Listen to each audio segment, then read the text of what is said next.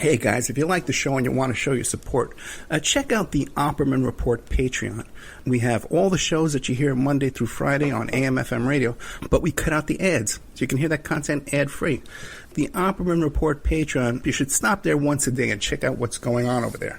That's Opperman Report Patreon. It's the Opperman Report. Join digital forensic investigator and PI Ed Opperman for an in-depth discussion of conspiracy theories, strategy of New World Order resistance, high-profile court cases in the news, and interviews with expert guests and authors on these topics and more. It's the Opperman Report. And now, here is investigator Ed Opperman.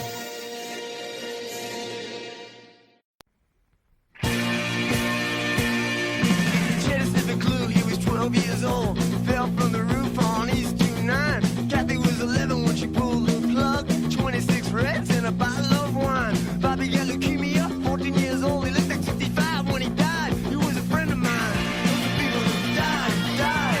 Those are people who died. Those are people who died. Those are people who died. They were all my friends that just died. Cheeseburger and Georgie let the gimmicks go rotten, so they died of hepatitis in Upper Manhattan. Sly in Vietnam, bullet in the head. Bobby OD'd on Drano on the night that he was wed.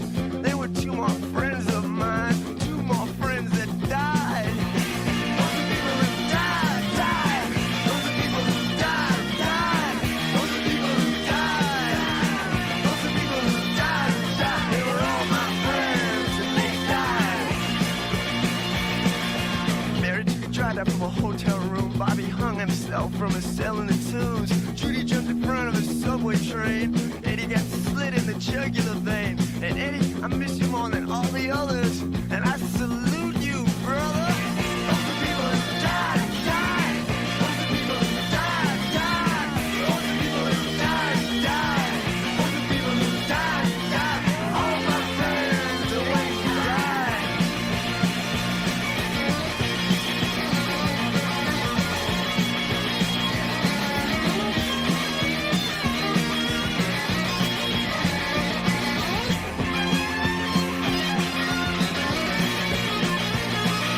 Herbie pushed Tony from the boys club roof. Tony thought that his rage was just some goof, but Herbie sure gave Tony some bitchin' proof.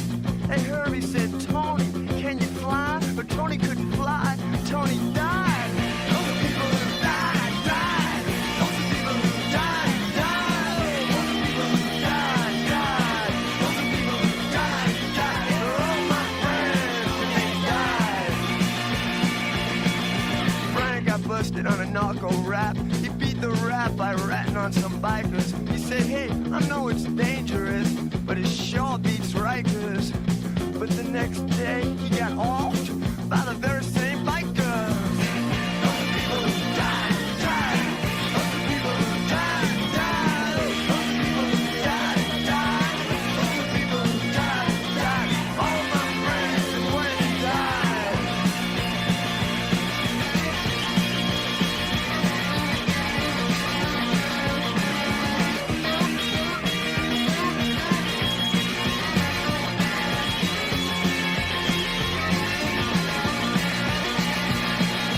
Teddy Sniffing Clue, he was 12 years old, fell from the roof on East 29. Kathy was 11 when she pulled the plug on 26 reds and a bottle of wine. Bobby got leukemia, 14 years old, looked like 65 when he died. He was a friend of mine. All the people who died. All the people who died. All the people who died. All the people who died. They're all my friends and when they died. Cheeseburger and Georgie let the gimmicks go rotten. They died of hepatitis in Upper Manhattan. Sly in Vietnam took a bullet in the head. Bobby OD'd on Drano on the night that he was wed. They were two more friends of mine. I miss them. They died. Those are people who died. Those are people who died. Those are people who died. Those are people who died. All my friends that just died. Mary took a drive up from a hotel room. Bobby hung himself from a cell in the Tubes. Judy jumped in front of the subway subway train, and Eddie got split in the jugular vein. Eddie, I miss you more than all the others. This song is for you, my brother. All the people who died, died. All the people who died, died. All the people who died, died. All the people who died, died. They're all my friends, and we died. All the people who died, died. All the people who died, died. All the people who died, died. All the people who died, died. All my friends, and we died.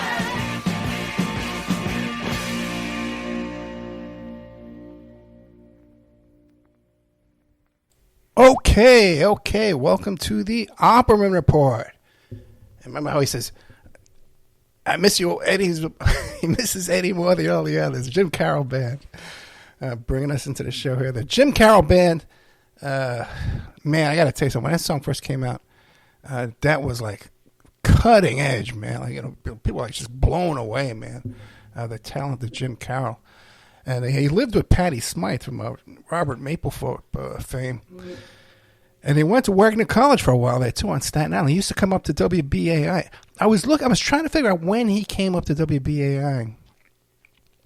And I went and looking on Wikipedia trying to figure it out. It seems like he moved to California, so he must have came back just for a visit or something.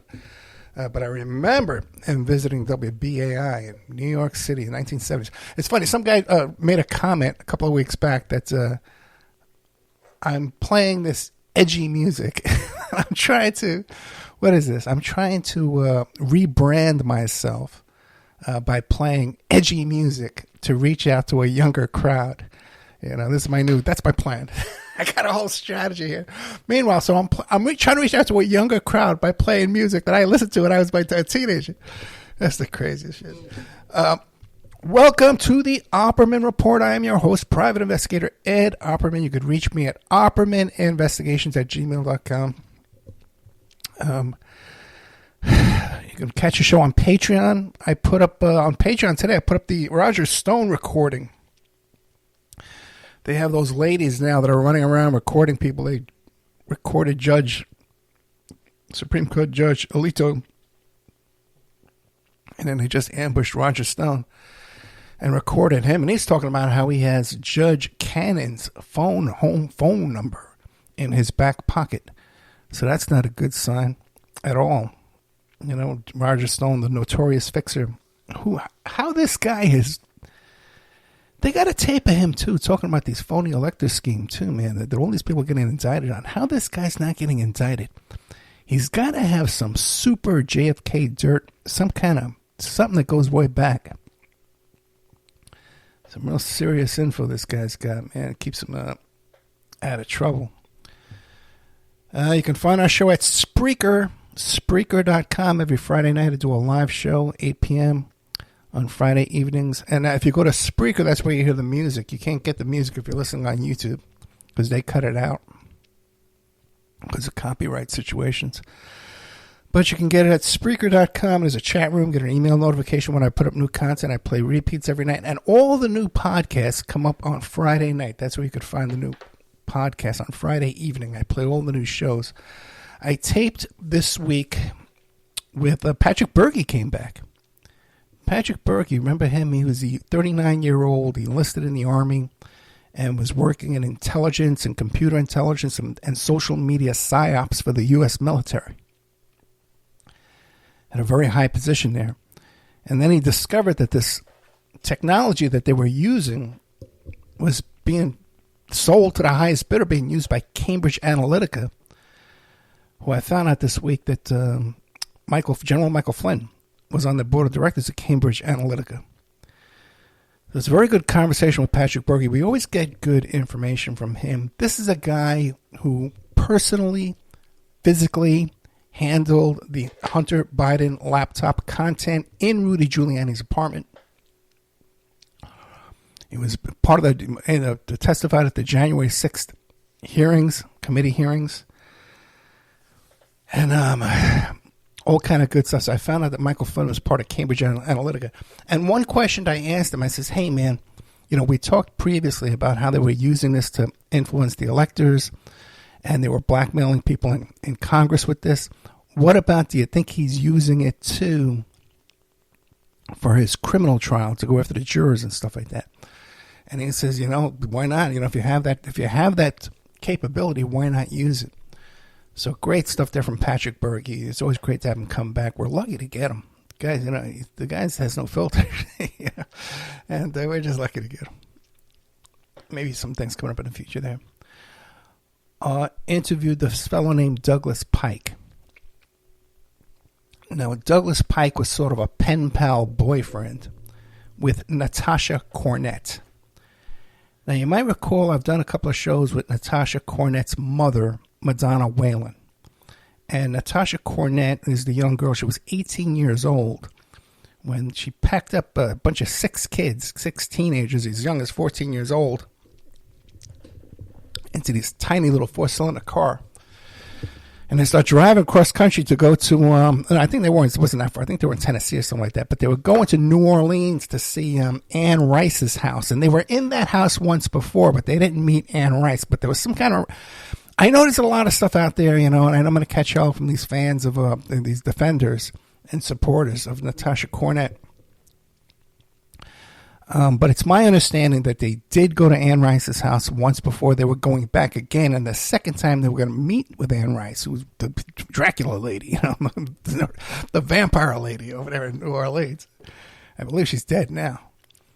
So Natasha Cornett, she did her first attorney did a press conference calling her the daughter of Satan, how she was into Satanism and Ouija boards. We got some admissions to all that from her mother, Madonna Whalen. On the second visit, she came back. What a cast of crew these people are. So our friend here, Douglas Pike, became like a pen pal with her, pen pal type boyfriend / and he comes on the show. He's no longer her boyfriend or pen pal. They've had a falling out, but he wants to come on the show and defend her honor and try to make her case of why she got a raw deal in this conviction.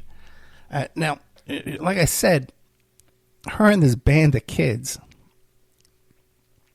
who, black T-shirts and listen to Metallica, those type of kids. Okay, this theory that, anyway.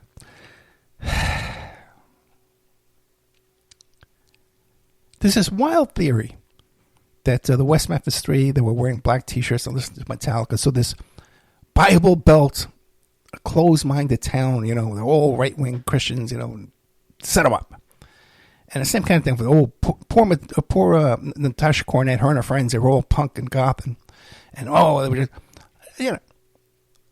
I grew up years before them. Yeah, okay, I was in New York. Well, but like punk and rock and goth and stuff like that was common back in those days. So by 10 years, 20 years later, it was enormously popular in these small towns in West Memphis and Tennessee and these places, man. All the kids down there, that was their style. It was the whole thing. I don't know what people are making up this stuff. And people try and come up with thing about me that I'm biased and prejudiced against the West Memphis 3 because I'm some kind of closed-minded Bible Belt Christian guy. I'm from New York City. I'm from the Bowery and Bleecker Street. Hanging out at Yippee headquarters with some of the edgiest people in the country. In reality, it doesn't matter. People they get some fantasy in their head, man, and they will have to do whatever they can to try and confirm their fantasy. It's just, and it's getting worse and worse. But so he tries to make this case that hey, she didn't want to kill anybody, she didn't want to do anything, and things got out of hand. She was talking them out of it. She just wanted to steal their car because not only did they shoot this family in cold blood, but then they ran them over too, and one of them survived. So I'm trying to explain to him that if a murder is committed while you're in the process of committing a felony, you're guilty of that murder, just like everybody else, just like the guy that pulled the trigger. You're the getaway driver. And I was telling him about a case we had, a criminal defense case we had years and years ago, where earlier in the day, these fellows went and stole some drugs. And when they did a home invasion and they stole these drugs and they shot and killed some people to steal these drugs. And then later on that day, they sold the drugs to this other fellow. And but they knew that they found out during the course of that deal that the drugs were stolen in a home invasion, and that the guy was limping around with bloody, some kind of gunfire. And those guys got convicted of murder for buying drugs later on in the day, the same day of this murder, because they tied it into the murder into the later on felony. So I'm trying to explain this to him, how, even if as much as you're passionately trying to make your case here, that she was only an accessory, and and she didn't pull the trigger, and she was, she tried to talk them out of it. They stole a car, they stole guns, they crossed state lines with the stolen car and the stolen guns. They brought a 14-year-old kid with them. They were supplying him with drugs and alcohol. So, and then, there was the robbery of the van, the kidnapping, moving them from one place to another, and then ultimately the murder. There's no way, man, you're going to get less than a life sentence for that. Just not even close, And if you think that's not a fair deal, then, there's thousands and thousands, tens of thousands, hundreds of thousands of people sitting on death row, man, sitting all, life in prison. Same kind of charges, man. It's all over the place. I know you see a lot of guys too, man. Because somebody get 8 years, they're walking around. But you got the adverse too as well. If you want to start letting everybody go, it can't just be these celebrity cases you see on TV. West Memphis 3 did 18 years. I got no problem with that, man. That's a pretty decent sentence, man, for killing 3 kids. Anyway. So those are the 2 shows coming up tonight. Keep an eye out for that. I have the Roger Stone audio, too. I may play that tonight, or maybe just do a separate show or something like that. I don't know what I'm going to do with it. I may play it during this show, because already I'm feeling a little lightheaded and feeling a little weak.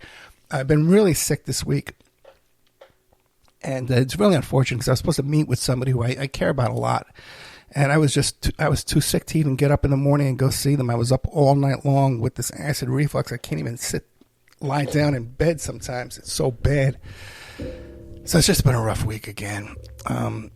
Also, today is the anniversary. Speaking of the Jim Carroll Band, today is the anniversary of our loss of a friend of the show here, Joshua Brookshire.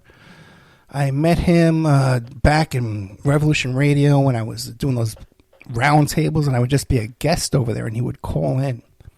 And that's how I first met him. And then when I started doing my show, he would call in all the time. Such a polite guy. Great young man, musician. His Speaking Eye was his band with his brother, Aaron. And then, they lost their mother. And then 2 years ago, we lost Josh. And Josh would love it, man. If he, I'm able to put the music in now because of just the way things are. On the Friday show, I can put in music. And he would have loved that, man. He loved my taste in music. He was such a cool guy. He would love hearing the stories about me, the Lower East Side with all those punk rock bands and stuff like that I was always talking about. Anyway, so we've lost him. And, more and more as the show goes on, we lose more and more people, friends of the show and the history of the show. Also, I had yesterday, June 20th, is the birthday of the 2 biggest loves of my life. One is that woman who I went to Las Vegas with. I tell the story about the French Foreign Legion and picking up the toys in the courtyard there. And so her birthday was June 20th. And then 20 years later, and she was 26 years old when we were going out. And then 20 years later, I dated this other girl who was also 26, and same birthday, the same day. And again, one of the most passionate relationships I've ever had in my life. She was such a character, man, And Vic looked up to her so much and loved her so much, and they got along so good, So that was later on. And so June 20th is always a big day for me. Let's see. Oh, another thing, I did a show with Doug Papa. I don't know if it was last week or the week before, but we talked about the October 1st shooting, the Stephen Paddock shooting in Las Vegas. And it was just so nice to talk to somebody who knows the details of the case. And this guy himself, did a whole bunch of FOIA requests to get police body cams, and he really got tuned into the story. And we really dismantled like a lot of the wild theories and fantasy beliefs people have about that shooting. And what really disturbs me the most is where people say, well, and no one knows what happened. No one knows whatever happened there. They covered the whole thing up. And then you tell them, well, there was a 400-page report. Did you ever read that? No, I didn't know there was a 400-page report. You know what I mean? But it's just so frustrating, especially when it was going on. Because, I would be getting these constant messages and emails and people sending me YouTube videos trying to tell me these crazy theories. And even this week, you'd think all this would be settled by now. And this guy starts telling me, oh, Ed, I have this forensic analysis of the audio.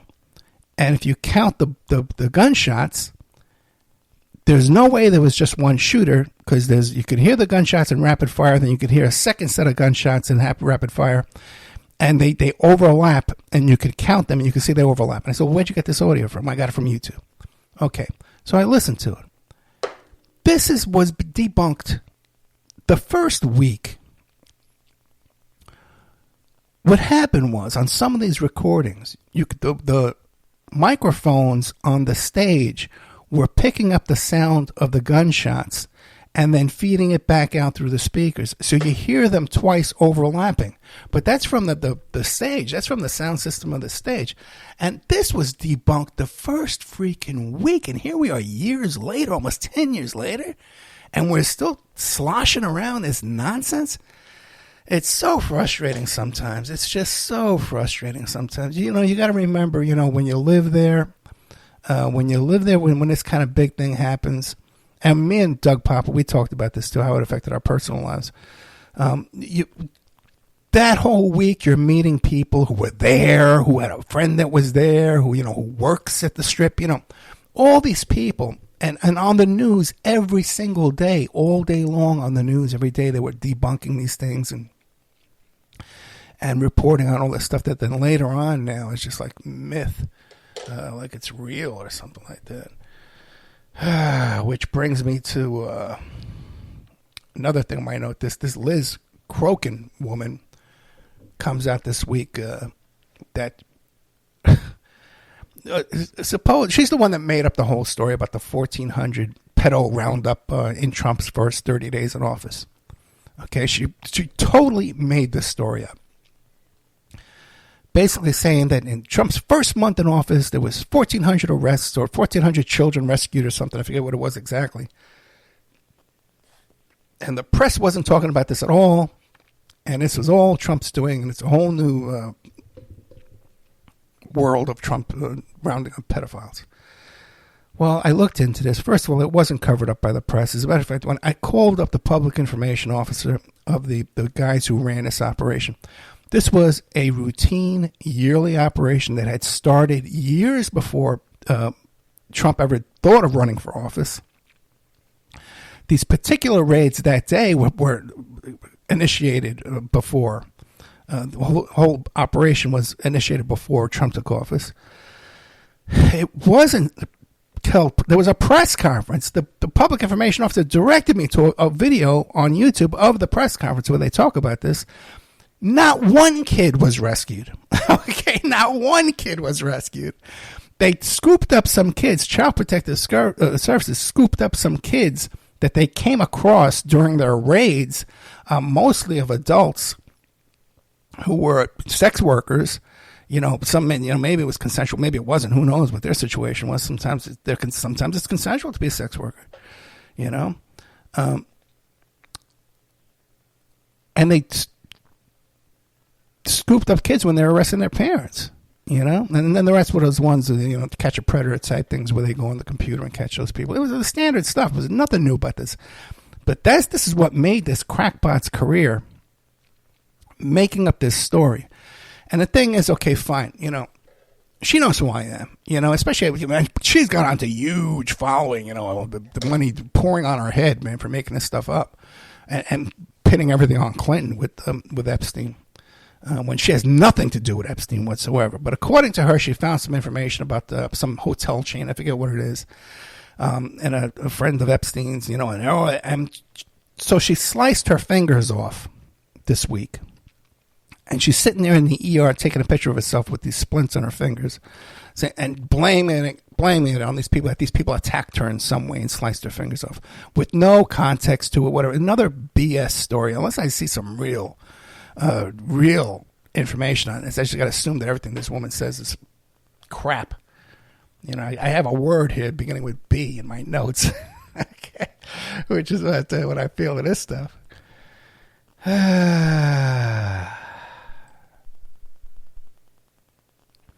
Alex Jones is losing his mind. This guy's posting like every 10 seconds on Twitter now with these wild conspiracies about COVID and vaccines, and the Dems are after him, And I don't know what he somehow thinks too, that if Trump gets into office, that Trump is going to overturn the civil judgment that he has from these Sandy Hook families.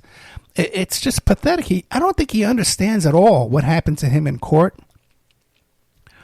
I know what happened. He never turned over discovery to the plaintiffs, and you'll lose when you do that. So I don't know who came up with that idea. Probably him. And now he somehow thinks that he's had a victory by moving it from 13 to 7. I don't know what this guy's thinking, but he's definitely not thinking clearly. That's 100% sure. I have something here about talking about Roger Stone. I don't know what I was going to say there, but I have Ali Alexander too. It's just so interesting about all these people that surround Trump. Paul Manafort, Roger Stone, they were both into that cuckold stuff, where they were giving their wives to other men and having other men come sleep with their wives and have sex with their wives. And then that guy, Roger Stone, here's what I was thinking. How come Roger Stone never gets charged with this January 6th stuff and these fake electors stuff? He was up to his neck in that. And what's the deal with this Ali Alexander, who started he ran the Stop the Steal rally? He had the permits. That was his operation. All the insurance was under his name. This guy admits to grooming young boys, to molest young boys, teen boys, admits to it and says, it's a Christian battle and I'm struggling with my sin. And it's okay. So it's okay. What the hell is going on here?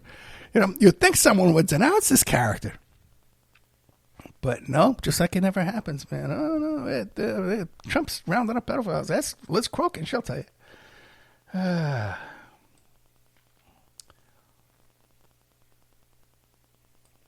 That's how we're doing on time. Oh, okay, good. We're moving along because I'm not feeling well at all. I'll be honest with you. I'm not feeling well at all. In fact, right before I rushed in to start the show, and I don't know. I guess I'm developing diabetes or something. I really got to get to see a doctor and check this stuff out. But because I ate a whole thing of ice cream just to get the shakes and the hypoglycemic taken away. Well, let's see here. Let me get this going here. I feel like crap. Well, yeah, he goes, Eddie, I miss you more than all the others. I salute you, brother. I salute you, too. Okay. All right. Let's see here. Well, fascinating story here. Michigan GOP Representative Neil Frisk arrested with felony-level charges this guy's facing for discharging a firearm in a dispute with a stripper. And by the way, too, this guy lives right down the block from like some strip joint. Aren't those like in industrial areas? Like who lives next to those things? I hardly ever recall a strip club in a residential neighborhood. Where's this guy living? So something happens at 3:00 in the morning when all these type of things seem to happen. To good people, like good old Rep Frisk here, who's friends with Lauren Boebert. There's a picture of them two together. So something happens. He gets into some dispute with the stripper, and somehow he's discharging a firearm and chasing her down the street. I know. One can only imagine what this dispute could have been about. Now, you know these strippers. They're always complaining about the temperature. It's too cold because they got no clothes on. They're complaining about the temperature, the lighting, all these things. The strippers are so difficult to deal with. So I can understand getting into an argument with a stripper, but his staff puts out an announcement. Oh, but just so I can get the exact wording on this thing.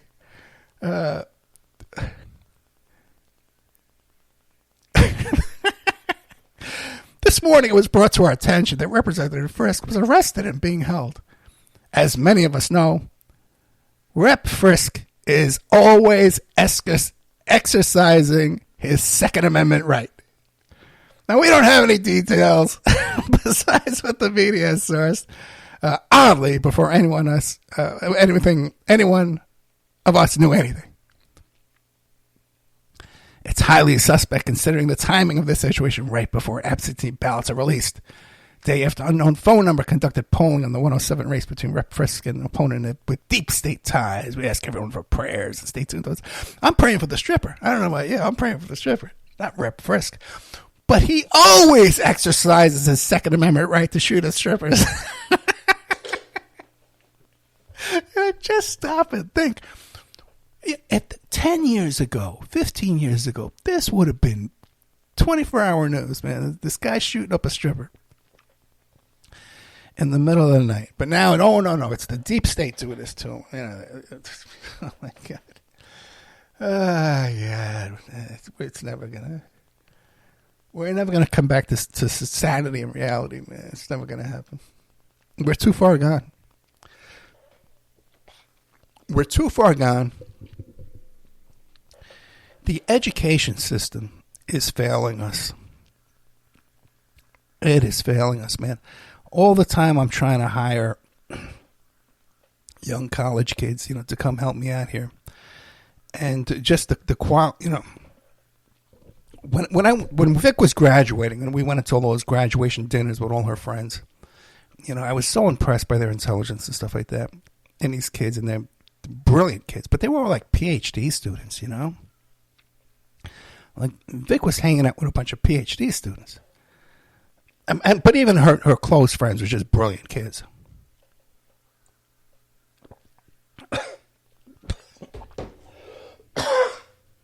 Down here in Florida,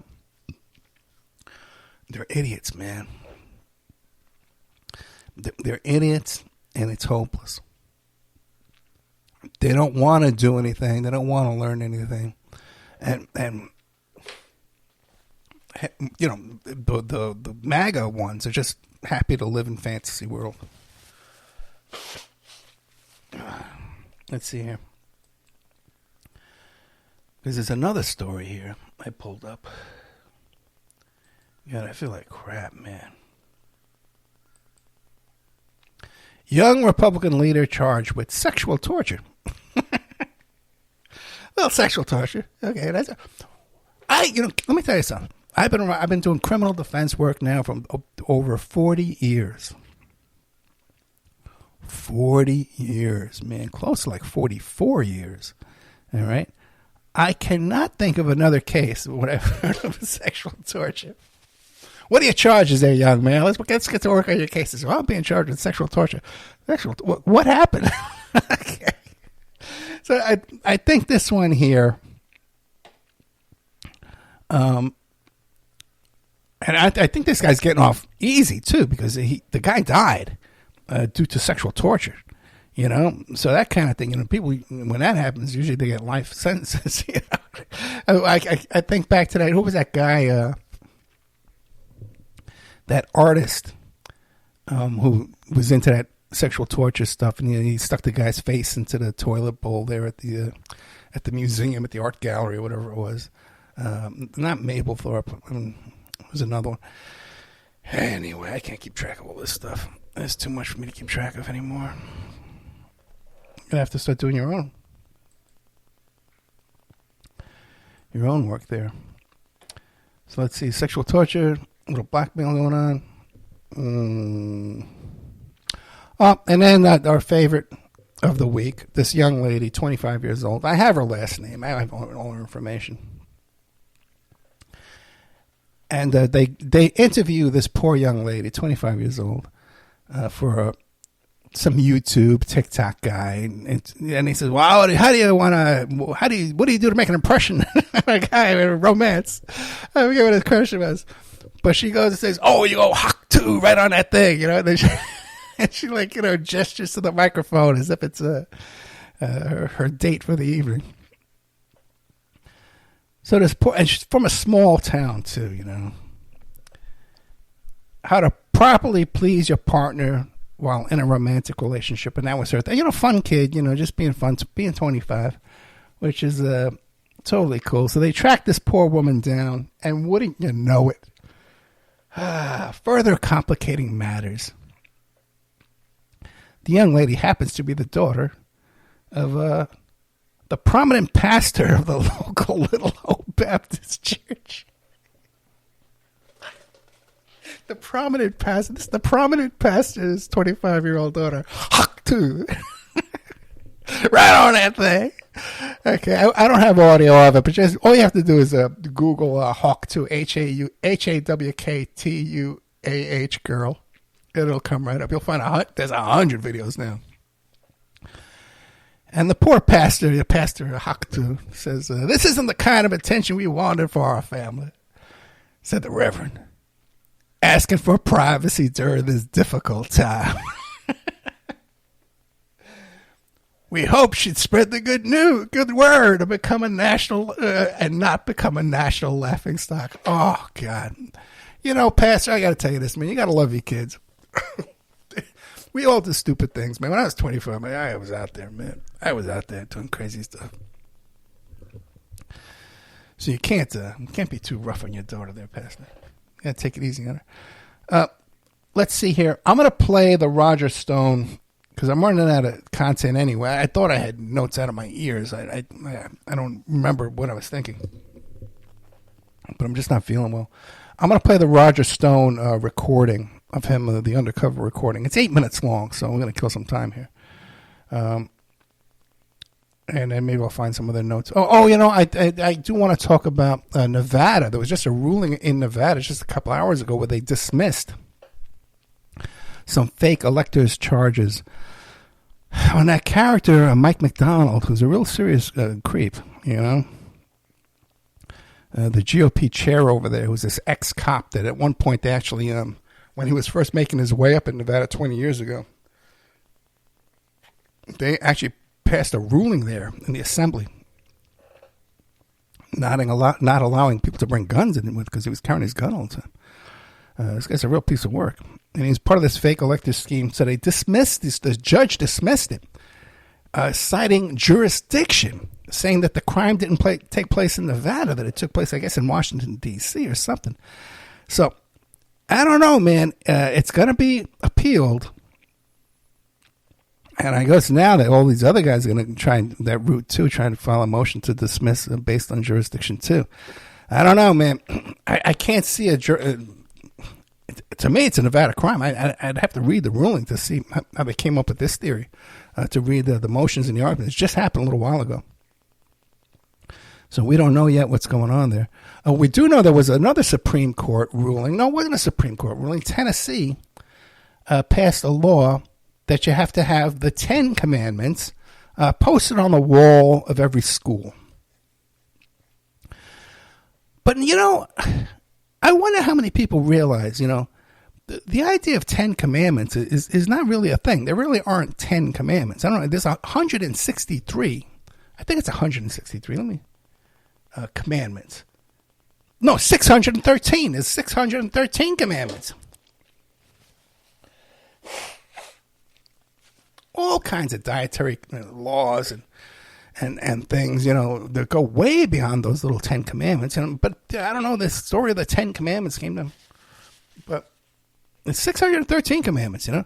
And even in the 10 commandments, you know, I feel like crap.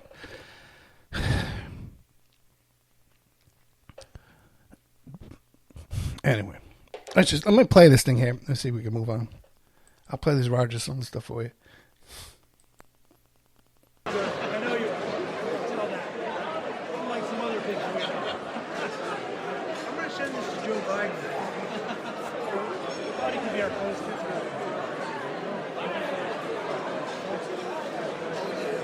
That's it. Do you mind taking a photo with me, Mr. Stone? Sure. You're in a position to know more than anybody else. How are you feeling about the election? Too early to say. Biden can't win again. No, but it can be stolen again. We're in a whole. But there's got to be something we can do to prevent that. We're working on this, but I'm not saying that I'm totally confident yet because I'm not. By the way, in 2020, only 65% of evangelical Christians bothered to vote.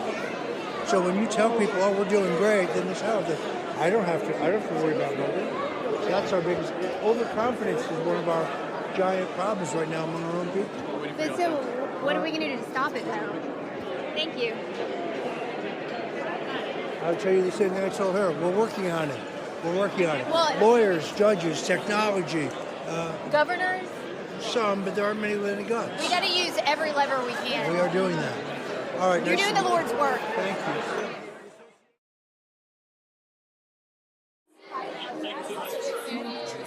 I genuinely think we're pleasure to meet you. Such an important election here.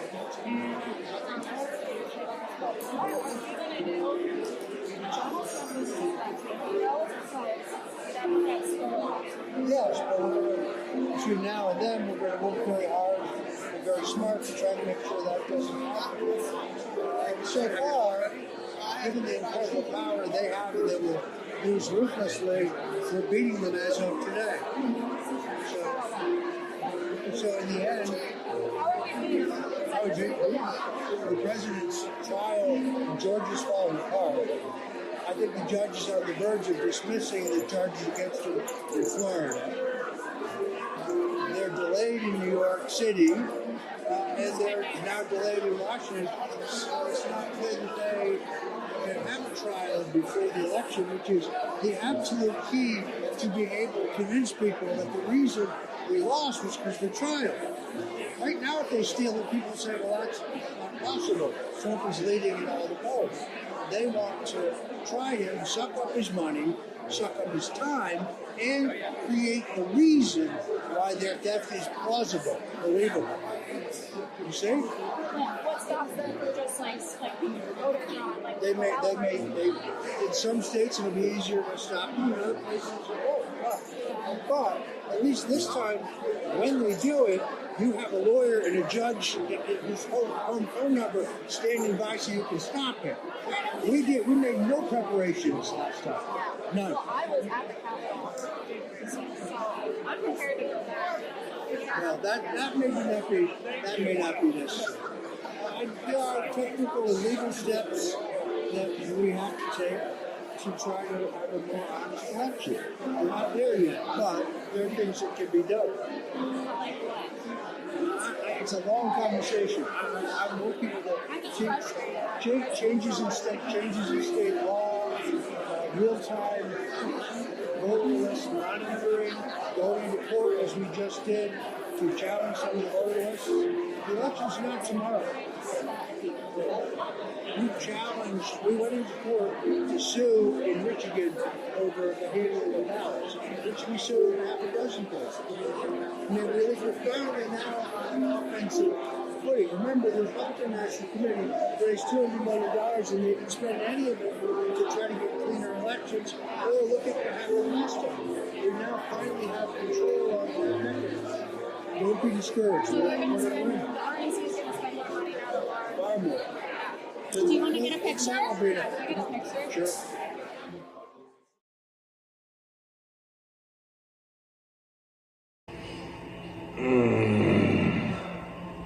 It was Trump's last day in office. There would be no second pardon for Roger Stone. This was our last day of filming.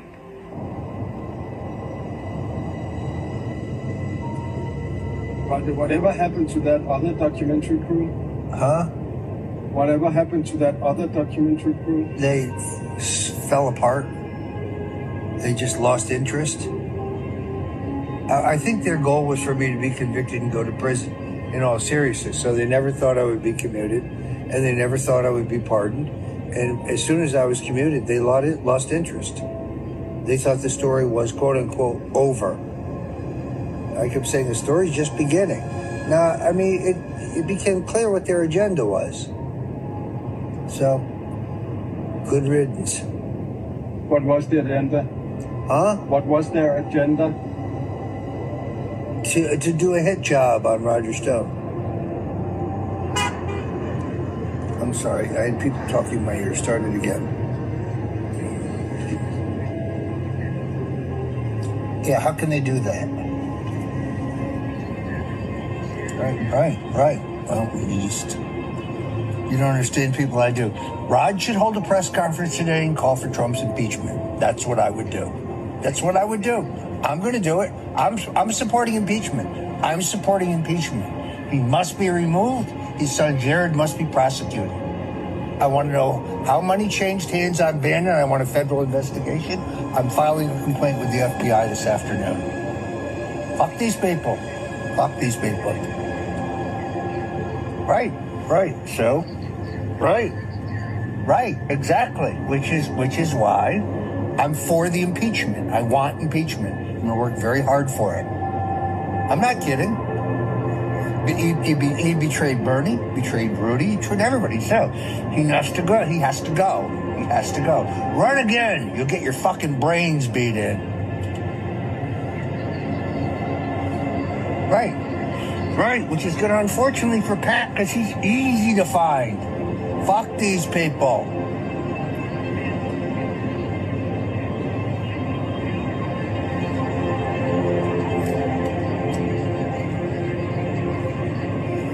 Let's be very clear. There is no Vatican, cocksucker. It's one sentence. So if you're in a meeting and he says that, you punch him in the mouth as hard as you can to make your point. It's one sentence. We're not stupid. There is no paperwork, you cocksucker. He needs to be impeached. He needs to be denounced and impeached. The greatest single mistake in American history. He's surrounded by morons, and he surrounded himself by morons. And a good long sentence in prison, he'll give him a chance to think about it. Because the Southern District's coming for him, and he did nothing. You want to fight? Let's fight. Fuck you. Fuck you and your abortionist bitch daughter.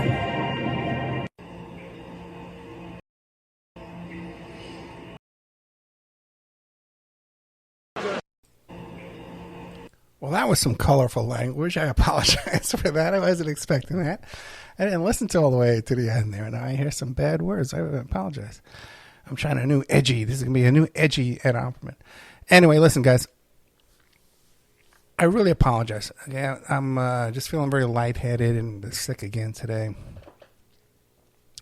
Maybe I'll have to start taping this show. It's not like I can take calls anyway, so I'll start taping the Friday night show too, so get you some better content, do the best I can. Anyway, I always ask for support if you want to help support the show. And, no one ever does. And if you want to help with the TikToks, nobody ever does. But I'll just say it anyway. All right, what are you going to do? All right, guys, good night.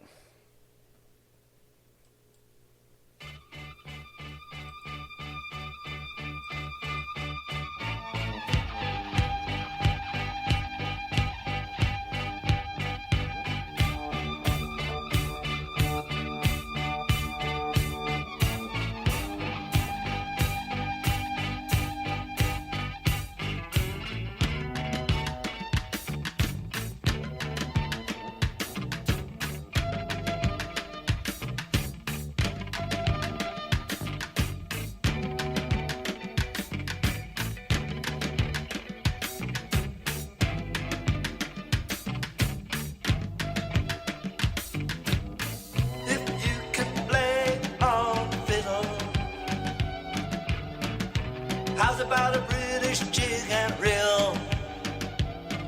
Speaking King's English in quotation. as railhead towns feel the steel mills rust. Water froze in the generation. Clear as winter ice. This is your paradise. There ain't no need for ya. There ain't no need for ya. Go straight to hell, boys. Go straight to hell, boys. Wanna join in a chorus of the Amerasian blues when it's Christmas out in Ho Chi Minh City. Kitties say, Papa, Papa, Papa, Papa, Papa San, take me home. See me got photograph of you and Mama, Mama, Mama San. Of you and Mama, Mama, Mama San. Let me tell you about your blood bamboo kid. It ain't Coca-Cola, it's rice. Straight to hell, boy. Go straight to hell, boy. Go straight to hell, boy. Go straight to hell, boy. Oh, Papa San, please take me home. Oh, Papa San, everybody, they wanna go home. So Mama San says,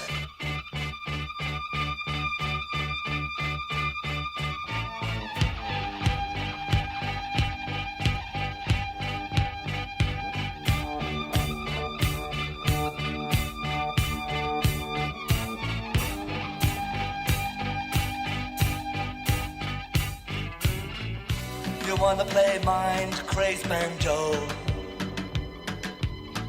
on the druggy drag ragtime USA in Parkland International, hey, Junkiedom USA, where cocaine proves the purest rock man groove and rat poison. The volatile Molotov says,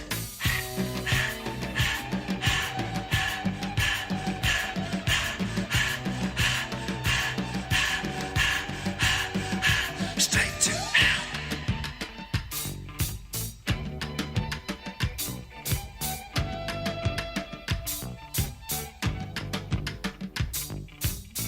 Can you cup it up loud and strong?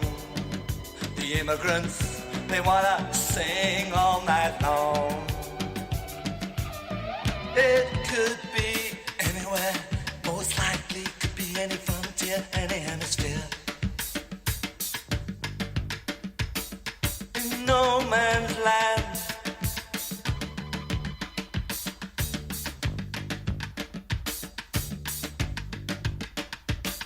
there ain't no asylum here. King Solomon, he never lived round here. Straight to hell, boy. Go straight to hell, boy. Go straight to hell, boy. Go straight to hell.